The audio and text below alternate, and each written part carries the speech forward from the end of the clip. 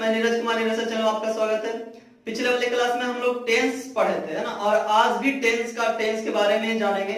तो कल मैंने प्रेजेंट टेंस, पास्ट टेंस और फ्यूचर टेंस के बारे में कुछ बारे में जाना, और आज मैं फिर से टेंस को मैं जो पिछले पढ़ाया था उसको एक बार फिर से देखेंगे। उसके बाद हम लोग बातों को रिलेट करते हुए आगे की ओर बढ़ेंगे। तो हम लोग पढ़ रहे थे टेंस में पढ़ रहे थे कि कौन से वर्ब कैसे कौन से सेंटेंस में यूज होते हैं। तो सबसे पहले मैंने बताया था कि टेंस का सबसे पहला प्रेजेंट इंडेफिनिट,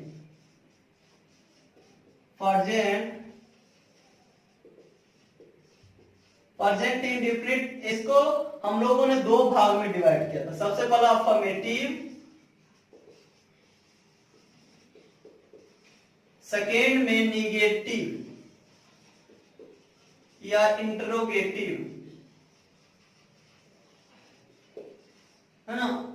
अफर्मेटिव में हम लोगों ने जाना था, अफर्मेटिव जो है भाव जो मैंने बताया था 5 प्रकार के, है ना। 5 प्रकार के होते हैं। पहले V1, V2, है ना, V1 प्लस एस या ES प्लस V1 V3, है ना, V1 प्लस IN जी। कल इन चीजों को मैंने इन बातों को कल जान चुका हूं। और इंट्रोगेटिव और निगेटिव में भी मैंने जाना था कि इसमें हमेशा V1 ही यूज होगा, है ना। तो ये V1 कैसे यूज हो रहा है? तो सबसे पहले मैंने एक वर्ब का फॉर्म पढ़ा था। ये जो डू है ना, डू कौन सा है? डू वर्ब फॉर्म है, और इसका हेल्पिंग वर्ब जो है हम लोगों को, ये हेल्पिंग वर्ब हम लोगों ने कल जाना था कितने प्रकार के होते हैं। तो हेल्पिंग वर्ब जो है, डू का हेल्पिंग वर्ब 3 प्रकार का। पहला डू का V1 डू, V2 डिड और V3 डन। V3 क्या मैंने जाना? डन, है ना। तो सबसे पहले प्रेजेंट टेंस में हम लोग जो भी यूज करेंगे, डू का बेस फॉर्म यानी V1 यूज ही हम लोग करेंगे। इसी के लिए हम लोग जब भी निगेटिव को जब भी हम यूज करते हैं तो डू या डज प्लस नॉट का यूज हम लोग करते हैं, ना। तो सबसे पहले एक बात और हम लोगों के आ गया, जैसे कि मैं लिखूंगा ही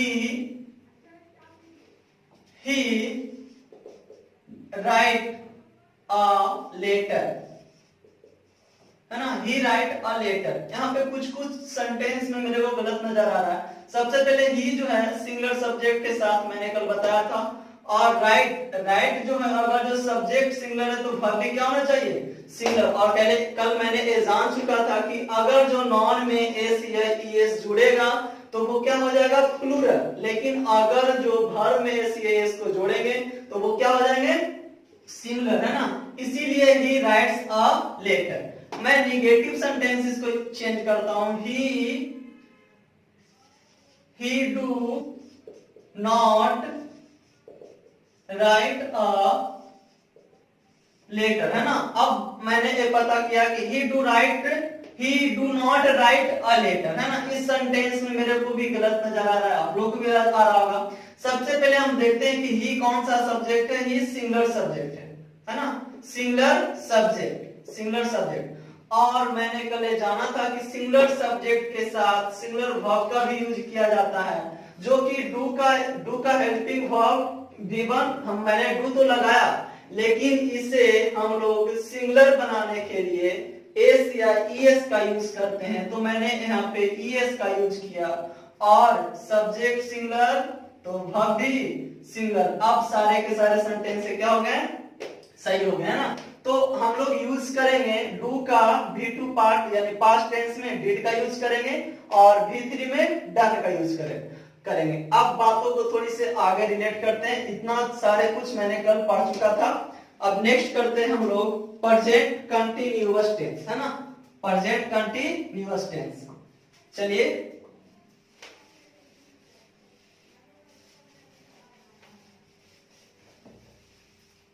प्रेजेंट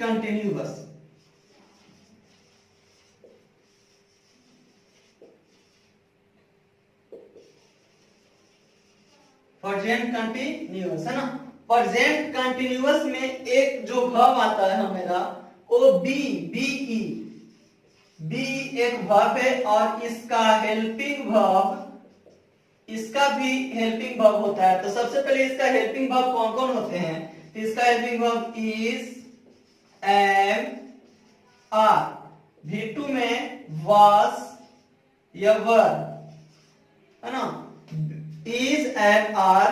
V2 में was, वर, और V3 में इसका will, है ना, V3 में क्या, will। तो प्रेजेंट कंटिन्यूअस टेंस में हम लोग यूज करेंगे क्या, फर्स्ट फॉर्म ऑफ वर्ब को यूज करेंगे, यानी प्रेजेंट कंटिन्यूअस में हम लोग यूज करेंगे is, am, are, is, am, are। और वर्ब का कौन सा फॉर्म, यानी कंटिन्यूअस है, तो मैं कल जाना था कि वर्ब का कौन सा फॉर्म, प्लस V1 और प्लस ING यूज करेंगे, ना। ए सिंगुलर सब्जेक्ट के लिए इज बना है, और ए सिर्फ और सिर्फ आई के लिए यूज किया जाता है, और भी प्लूरल के लिए यूज किया जाता है ना, बाकी सब तो उसी प्रकार से है। तो सबसे पहले प्रेजेंट कंटिन्यूअस टेंस में हम वर्ब और फॉर्म को क्या जाने कि ये सिर्फ यूज होता है सिंगुलर, यूज होता है सिंगुलर के लिए इज, प्लूरल के लिए पी, प्लूरल के लिए आर, और एम सिर्फ आई के लिए यूज किया जाता है ना, जो कि हम और आगे डिटेल से बातों को जानेंगे। तो नेक्स्ट में हम लोग क्या पास्ट टेंस में वाज और वर का यूज करेंगे, और जैसा ही परफेक्ट आ जाएगा तो बिन का हम लोग क्या करेंगे, यूज करेंगे, है ना। अब मैं present indefinite, past indefinite, sorry present continuous और एक प्रेजेंट परफेक्ट, प्रेजेंट परफेक्ट, है ना। प्रेजेंट परफेक्ट को हम लोग जानते हैं। तो प्रेजेंट परफेक्ट में भी एक क्या चीज है, वर्ब यूज होता है ना। मैं इसे थोड़ा सा डिलीट करता हूं, मिटाता हूं, उसके बाद थोड़ी सी चीजों को और ठीक ढंग से रिलेट करेंगे। तो प्रेजेंट परफेक्ट, प्रेजेंट परफेक्ट, है ना। इसका भी कुछ एक वर्ब है, इसका वर्ब का नाम है हैव। इसके साथ जो हेल्पिंग वर्ब जो आता है, इसके साथ हेल्पिंग वर्ब आने वाले हैं हैव, सेकेंड में हैड, और थर्ड में भी हैव, है ना। इसके साथ हेल्पिंग वर्ब यूज होते हैं। तो प्रेजेंट परफेक्ट में हम लोग हैज, हैव, हैज या हैव प्लस V3 का यूज करते हैं। हैज जो है सिंगुलर सब्जेक्ट के लिए, और हैव जो है प्लूरल सब्जेक्ट के लिए यूज करेंगे, है ना। यहां तक मैं प्रेजेंट इंडेफिनिट, प्रेजेंट कंटिन्यूअस और प्रेजेंट परफेक्ट के बारे में हम लोग ये सब सारे के सारे चीज जान चुके हैं। अब हम आएंगे पास्ट इंडेफिनिट, पास्ट परफेक्ट और पास्ट कंटिन्यूअस पे, है ना। इसी प्रकार से हम लोग बातों को धीरे धीरे एक दूसरे से रिलेट करते हुए पढ़ेंगे। तो नेक्स्ट हम लोग जानते हैं पास्ट परफेक्ट,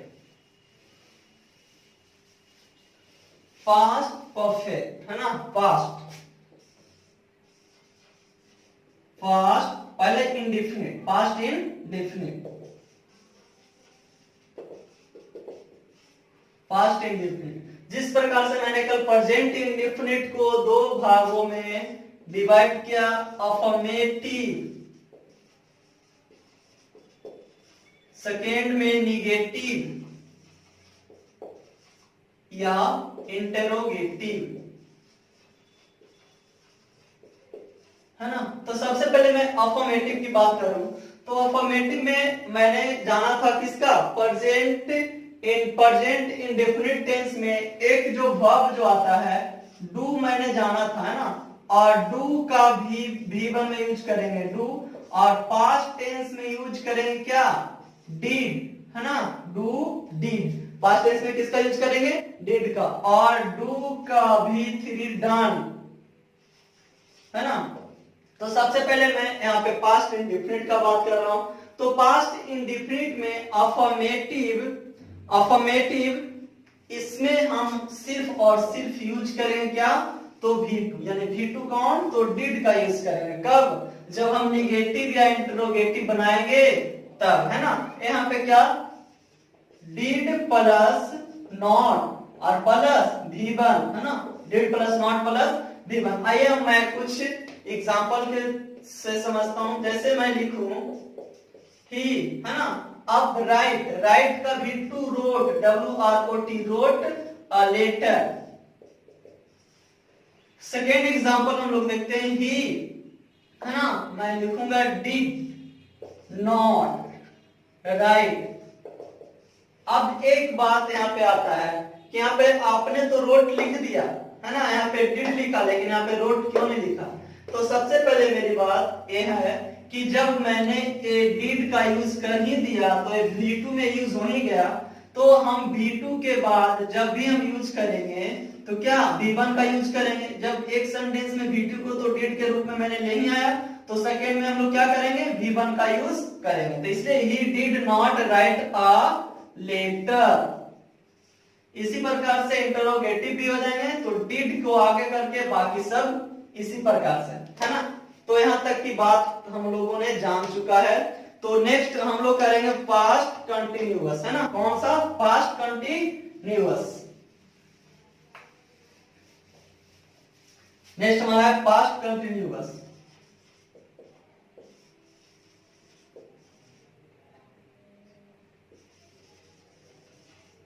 पास्ट कंटिन्यूअस, है ना। तो पास्ट कंटिन्यूअस में भी मैंने जाना था, है ना। पास्ट कंटिन्यूअस या प्रेजेंट कंटिन्यूअस में भी हम लोगों ने जाना था कि इसका एक वर्ब है जो बी है, और इसका हेल्पिंग वर्ब में काम कौन करता है? तो इसका हेल्पिंग वर्ब में काम करता है इज, एम और आर। एक इसमें प्रेजेंट इंडेफिनिट। अब पास्ट रही बात, V2 की बात रही, तो V2 में क्या यूज होगा? वाज या वेयर। और V3 में मैंने क्या यूज किया था? बिन, BEEN। एक बात और मैं थोड़ा सा जानूं डिटेल में कि पास्ट इंडेफिनिट टेंस अफर्मेटिव, है ना। पास्ट इंडेफिनिट टेंस, आइए कुछ थोड़ी पुरानी सी कहानी को हम लोग जानते हैं। मान लिया जाए कि आपने कुछ दिन पहले ही आपने स्कूटर या साइकिल, किसी भी चीज को, अपना मोटरसाइकिल जो आपका पर्सनल चीज हो, उसे आप बेच चुके हैं, है ना। उसे बेच दिए, अचानक आपको नजर पड़ी उस स्कूटर या बाइक पे, तो आप उसे क्या बोलेंगे? है ये तो सेकेंड हैंड, है ना। कौन सा हैंड? Second hand. यानी मेरे कहने का मतलब है दोस्त कि जब भी हम लोग पास्ट में यूज करेंगे तो second verb of second form use करेंगे। किसका? वर्ब का सेकेंड फॉर्म यूज करेंगे, है ना। तो इसीलिए मैंने V2 का यूज किया। और दूसरी बात, पास्ट कंटिन्यूअस में भी हम लोग यही यूज करेंगे, इसका वर्ब ऑफ फॉर्म का सेकेंड, तो वाज या वर के साथ इसको यूज करेंगे। तो कैसे? तो जिस प्रकार से हम लोग इंडेफिनिट में किया था, तो उसी प्रकार से वाज या वर प्लस V1 और प्लस ING, है ना। V1 में ING जोड़ेंगे, तो ए वाज जो यूज करेंगे हम लोग ए सिंगुलर के लिए, और वर जो यूज करेंगे हम लोग प्लूरल के लिए। आइए कुछ एग्जांपल हम लोग जानते हैं, है ना। एग्जांपल देखते हैं कि पास्ट कंटिन्यूअस, है ना। He was writing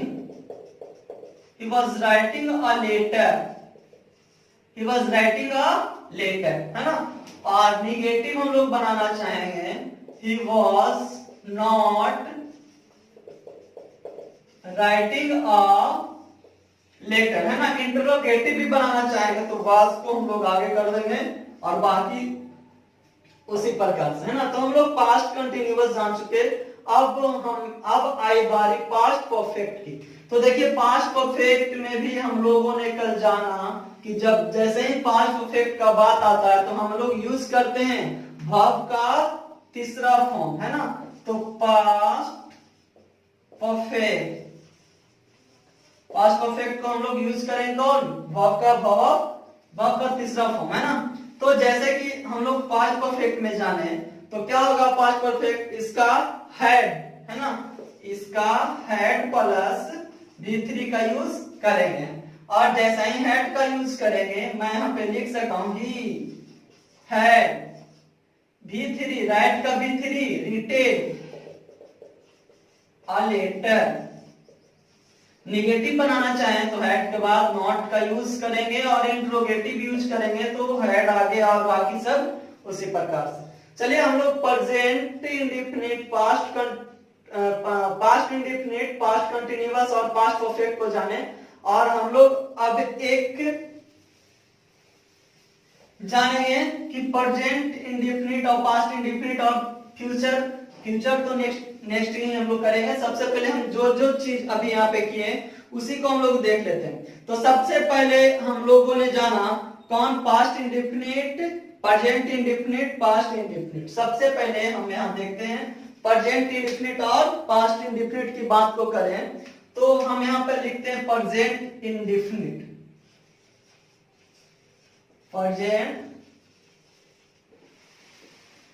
present indefinite and past indefinite.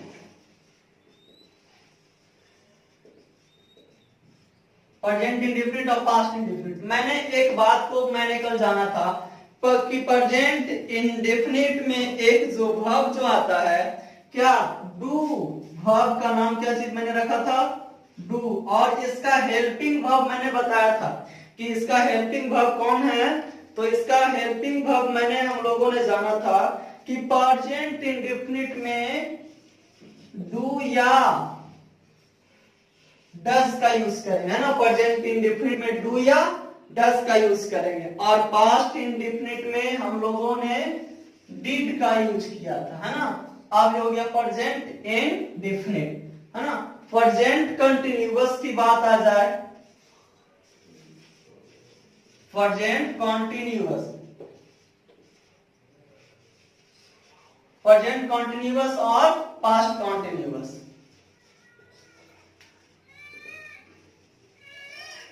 Past continuous, है ना। तो प्रेजेंट कंटिन्यूअस में मैंने एक और वर्ब का यूज किया था, उस वर्ब का नाम है क्या, बी, बी, है ना। और इसका हेल्पिंग वर्ब हम लोगों ने जाना था इज, एम और आर, और इसका पास्ट रूप में यूज किया था क्या, तो वाज या वर। एक और अगली tense present indefinite, present continuous, और नेक्स्ट हम लोगों ने पढ़ा था कि प्रेजेंट परफेक्ट, है ना, प्रेजेंट परफेक्ट,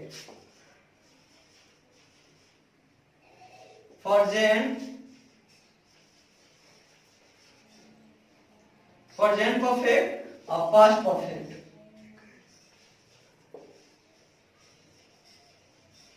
पास्ट परफेक्ट, है ना।